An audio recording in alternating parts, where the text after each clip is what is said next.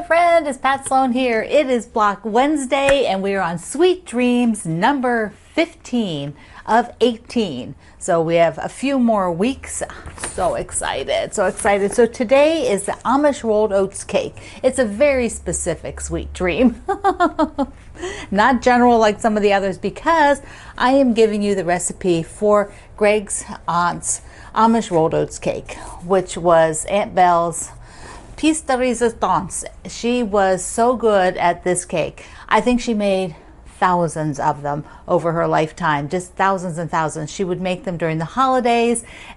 They were just wonderful cakes. So what does the block look like? Let me just show you. It is like a little puzzle piece. So this is an intertwining block. It is really spectacular in repeat. But let me tell you a few things about it. Here is the second one. Ta-da! I'll close them together. Do I have them upside down? No, yeah. There you got to see them the same way. Yeah, there they are. There they are. So there's the two blocks. Now, there's a few things about it I just want to tell you, because the pattern is very simple, but you do want to get everything laid out. You make both of those interlocking sections in an identical manner. They're done identical, but get everything laid out so that it, doesn't get twisted and turned accidentally. That's really where you just need to be on your A game for this one little bit. It's just done sort of log cabin style, but there is a place where you do have a square and a slightly bigger, it's just slightly bigger rectangle, because that otherwise you'd have to do inset seams, which I know a lot of you are not really that interested in. So on the, here we go. On the layout, note if you're using this for cutting directions, just note that there's 2 and 2.5. So, just read it carefully, otherwise your pieces won't be the right size. Now in repeat, look at that. This is such a powerful quilt in repeat. It is so cool. And then I give you a little diagram for coloring if you want to do that for your shades. Now I do have two little clips here for you. One is the note on assembling it. So let's take a look at that. If you follow the diagram exactly, you just make 2 of these and it goes in the block. Super easy, because you're doing this log cabin style, attaching one and then the other side and then the top and then the right side, which is actually a pieced unit. So on the block here, center to the bottom, attach the left, attach the top, and then on the right side you will have sewn these 2 together and it comes together as one block. And now let's just go up close and look at the blocks together, because I want to talk through some of the colorations now on the last blocks and how I want to focus on that, because I want to really plan the fabrics as I go around. So let's take a look. We have several sets of blocks left to do, and now I'm really looking at coloration. So because I did that one basket up there with the light gray, that's why I decided to do this with a light gray, and I'll do a third like that.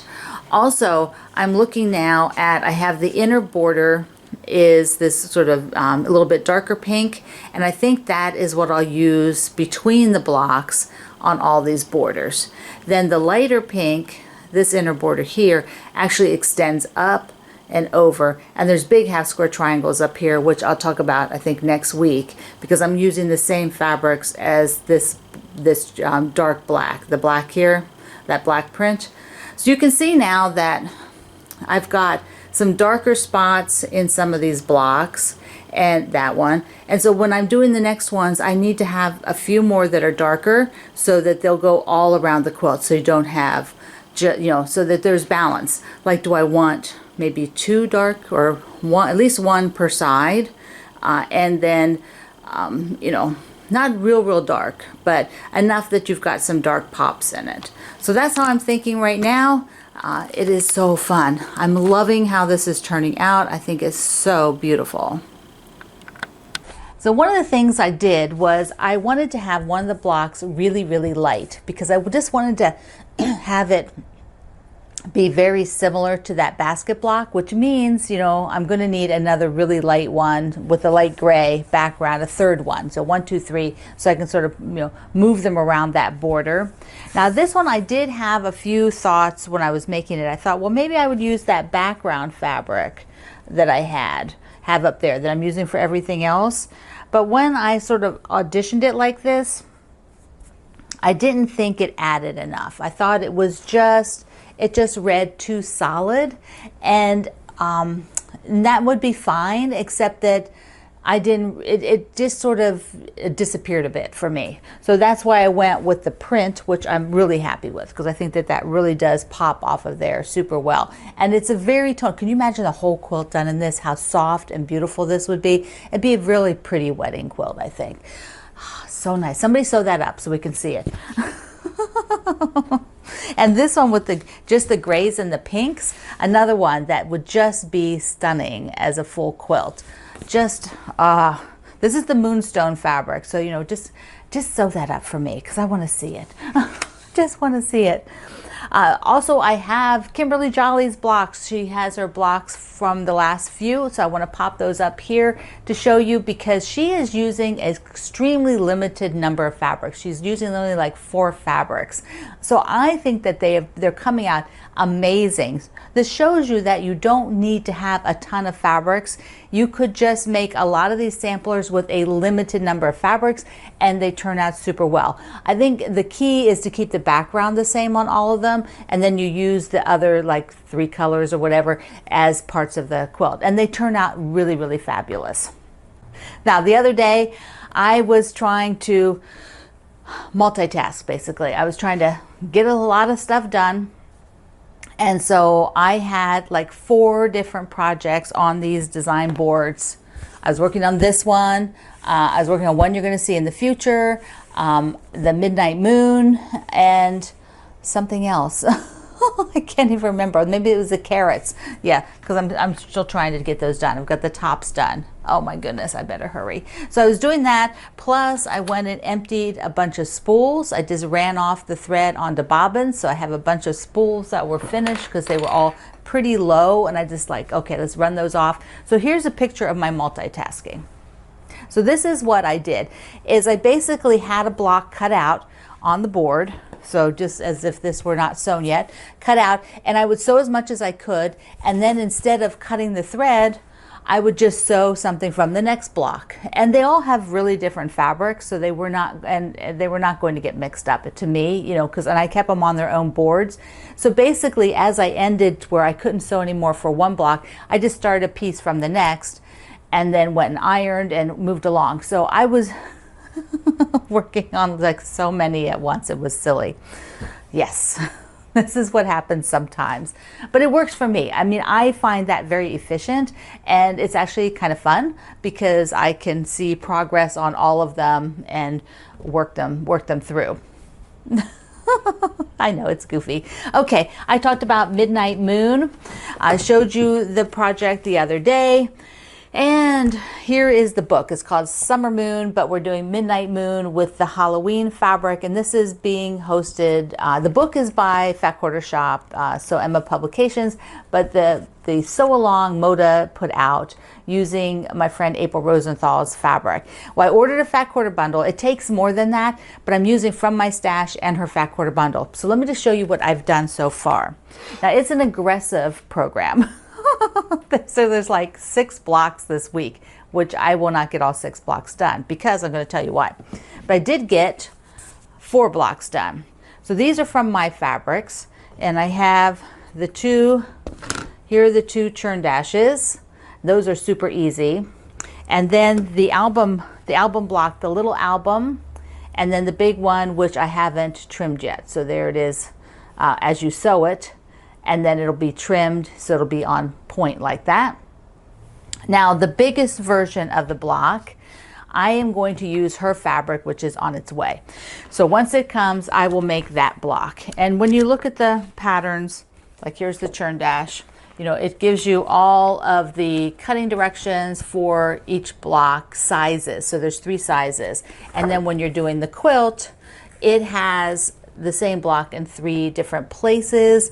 and then 2 of them will have sort of borders around them. So there's the album block with some border, and then down here is another album block with border. Now the book has you doing all the borders at the end, and I believe their sew along is the same way. You make all the blocks, and at the end you sort of make all the border pieces, and then you put a block in them. So the border pieces are sort of like a standalone block. And I may end up going that way if I try to keep up with their schedule. I don't know how well I will keep up, but I'm going to try because I think it's just super fun. And it comes out on Saturdays, their assignment, because it's not the order of the book. So their assignment will come on Saturdays. And all the information is at my website. So you want to be sure that you also subscribe here at my YouTube channel, link here below. Hit that big subscribe button and then the bell, because then you'll also get a notice when the video comes out. So, and then the video always has all the links. Okay. I am excited about this. I was having fun going through my fabric, finding what would look similar to the one. Here's the two of them. I'll make the same size ones. Here's the 2 smallest ones. I was looking similar to her fabrics. Now this was the one from her Midnight Moon before that I got, and I think this one might have been too.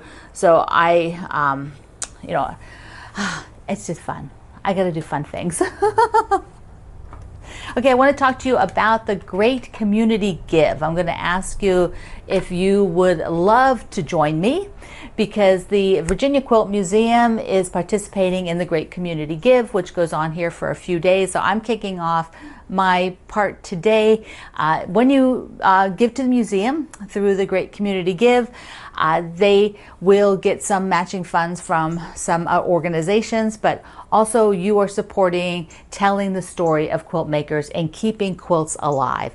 One of the things that the money goes towards is restoration of quilts. So I will, over the next few days, tell you different things that the museum uses the money for. So restoration, so quilts come in, they're donated, they might need a little maintenance on them. You know, maybe a binding has started to come off, or there's some deterioration in some of the fabrics on the quilt, on these old quilts, and so they need to be stabilized. So there will be people who are good at that, who know the proper ways, the archival ways, and when you support the museum, part of the money goes to pay to have all of this done, which is super wonderful.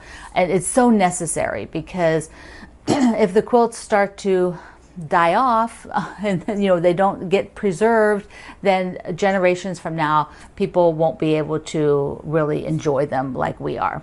So the link is below and at my website. So even if you can give $5, $15, $25, it's wonderful to support a quilt museum, and there's very few in the world. I'm so lucky to be able to help and support one of those, the Virginia Quilt Museum. All right, one last thing to wrap up is my friend Amy Smart posted this super, super cute little basket. And I know you could make it as a spring basket. You could put it as summer fabrics, Americana fabrics. You could do a fall basket if you want to do that now, any kind of fabrics. It is just so cute. And it's a free pattern. It's a free tutorial over at her website. So I just wanted to share that with you. It's also linked below and at my article today. Okay, you are going to make Amish rolled oat cakes. And they're so cute. They're fun. It's a fun block. It's an easy block. You will have a good time with it. Yes. Yes, you will. I know you will. So I love you. Thank you for being here. I will see you online.